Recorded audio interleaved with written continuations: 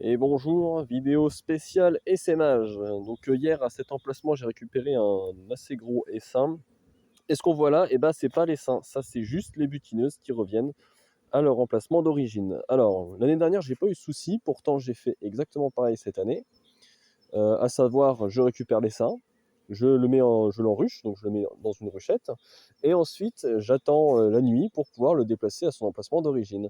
L'année dernière, ça avait plutôt bien fonctionné, à part deux trois égarés, toutes les abeilles retournaient à leur emplacement d'origine, seulement là, toutes les butineuses se tirent ici.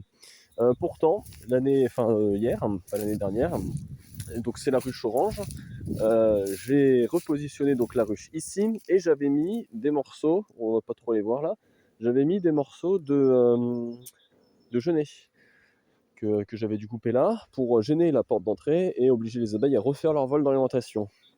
Ça n'a pas dû trop bien marcher puisque là il y a toutes ces abeilles là et elles sont forcément parties initialement de cette ruche là.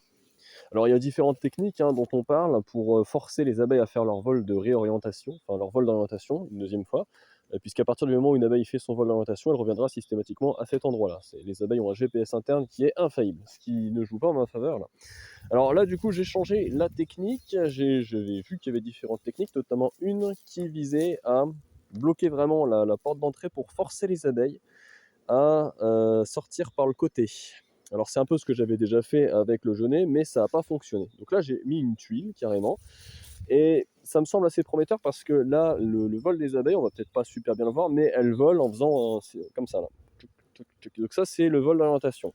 Alors deux solutions, soit, mais ça m'étonnerait, c'est des abeilles qui sortent pour la première fois, soit c'est que ça fonctionne. Donc j'ai l'impression, au vu de l'activité, parce que ce matin il n'y avait aucune activité sur la planche d'avant alors que toutes les autruches ça allait. Enfin ce matin même jusqu'à disons 10 heures, disons 10 heures, on va dire. Et là du coup a priori ça fonctionne. Donc c'est un simple retour d'expérience.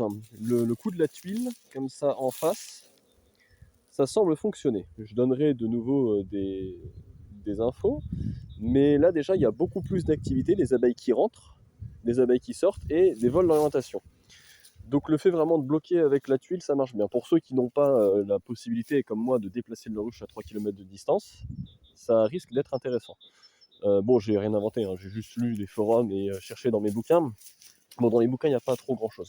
Donc là, après, l'idée, ça va être un peu technique. C'est ce soir, enfin du moins cette nuit, récupérer cette ruchette, peut-être même plutôt dans la soirée, et essayer d'aller la mettre à côté pour qu'elle batte le rappel et qu'elles aillent se mettre dedans, et continuer comme ça pour voir ce que ça donne.